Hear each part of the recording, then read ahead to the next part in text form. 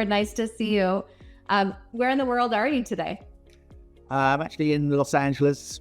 We're been here a couple of weeks, heading back to Wyoming tomorrow morning, actually. Oh, lots of good memories from Wyoming. So we're going to get into that. But before we get to all the fun, would love to hear a little bit of your origin story. How did you come to, your early life? How did you come to L.E.K? Well, I think as most people know, I grew up in the UK. I lived in a very rural area on the south coast of England. Had something like a Tom Sawyer kind of existence of climbing trees and getting lost in salt marshes and things like that. And but then was lucky enough to get a spot at Cambridge University. That's where I found out about L.E.K, this emerging little group. And amazingly enough, they hired me. It was a very, there weren't many consultants then, and it was a much more unusual thing to do. I suppose there's probably 50 or 100 times more people going into consulting now than back then. Mm. But it was very exciting. I was thrilled to get a spot at L.E.K. Well, and so, thinking back from associate to global managing partner and Chicago office head and board member, are there some moments or accomplishments along that journey that you're most proud of? I think the thing that I'm most proud of is, I think of it as sort of giving L.E.K its mojo back. When I took over as managing partner, the US was doing decently. Europe was struggling. We'd gone through quite a few years where we promoted partners, but partners would leave because it just wasn't working that well. And so we were not gaining traction, and I just felt like we could do a lot better. And so I painted a vision of how we could do better. It was the start of a really great run for the firm, expanding globally. You could always count on you bringing the fun, which is maybe the next topic I'd love to cover with you is, you always really bring the fun, from our ski trips in Chicago to the partner meetings. Is there something that stands out? When I was an associate, an A1 in London, I organised a ski trip for the associate. I think half the support staff came too, so there was about 10 of us or something. So and then when I was a consultant in LA, I organised a ski trip in Los Angeles. So I've always believed in the fun. It sort of struck me as quite moving when one of our long-term receptionist in Chicago, her name was Gloria. I don't know if you remember her. Of course, yes. When she passed away, and we went to her funeral, they had a board of sort of highlights from her life, and a number of the photos were from L.E.K ski trips. That just made me feel so, this is working. It's all worth it. Well, it's only fitting then that you're heading to the mountains pretty soon. Sounds like skiing has been in your blood from the beginning. I learned skiing at university, and certainly enjoy it ever since.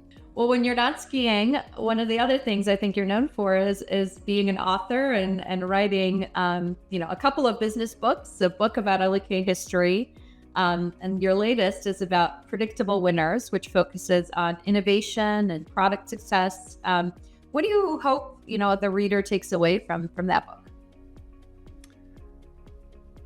Well, I think for Predictable Winners, what I hope people take away is whatever idea you have, whatever cool invention you're working on, a new product launch, just assume there's 6 other people working on exactly the same thing, because there probably are, and success doesn't go to the ones who think of it first.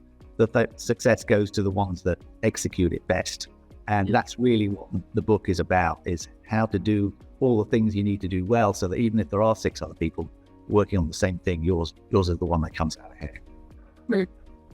Can you tell us what's the secret sauce? What do people have to do to make sure that theirs is the winner?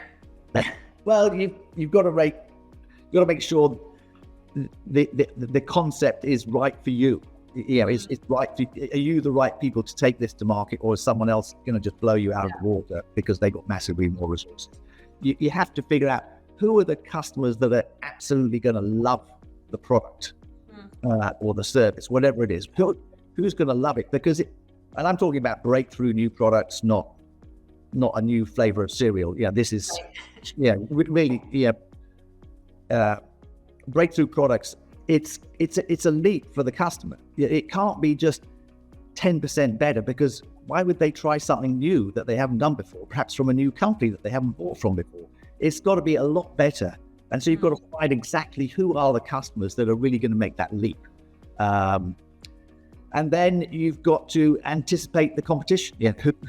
Who else is going to be out there? How are you going to beat them? How are you going to take it to market? And then finally, it's about turning a white book. Is that it's actually a license to learn, because you gather all the ideas, and Ilya and I spend a lot of time on it. But then when you go out and talk to people, then you learn even more, because they'll tell you, well, what about this? And did you think of that? And you learn more, so you get even better, which is the fun part of the journey. No. Well, you're definitely always been a teacher to many of us, and have guided many folks at L.E.K, myself included. So what advice would you give to the next generation of consultants and leaders at L.E.K? Well, have fun would be the simple advice. So you might say, well, how do you do that? Well, I think you have to find part of it is a state of mind. You have to look on the bright side and try to find the joy in whatever you're doing. So I think that's a big part of it. I remember one of the stories I told in the L.E.K book was about a client trip with Jeff Stevens, and it was raining. I had a cold. Went all the way to New Jersey and then drove for 2 hours and got to a completely duff meeting. And got back into the car, and I said to Jeff, well, I suppose Mrs. Jones doesn't want to buy any brushes today. And that just, then we laughed, and then we got over it. So that's what you do. And then the other part is, try to find ways to make the job work for you. You have to find ways to, you control the job, so you can still have a family life and take care of the other things that are important to you. Yeah, that's great. So what's next? Books, check. Skiing, check. What's next? No, I'll do a bit of that. I actually not going to work for money anymore. So I'm just going to do things, hopefully sometimes to help people, but do things for fun or for the joy of others. So that's kind of my rule, if you like. I wanted to sort of step away and have a completely new chapter of life. I love. So on Sunday, I'm taking a baby, 2-year-old, with her parents from Montana to Seattle for heart surgery. So that's kind of cool to be able to sort of help people in that way. And then who knows what will happen? We might have an addition to the family through my eldest daughter coming up. So that'll be another exciting chapter. Yeah. So you'll be busy. Hopefully you'll still miss us, though. Is there something about L.E.K you'll miss the most? Well, it's a fun group of people. That's for sure. I must admit, I do think it was a duck. Whether it's with clients or with L.E.K development. So it's fun to be to be part of that and to be involved in making changes. Yeah. Well, we'll definitely miss you. And I can't wait to read the novel about a scrappy management consultant solving the world's problems. Very good. Great to talk to you, Stuart. Thank you, Maria.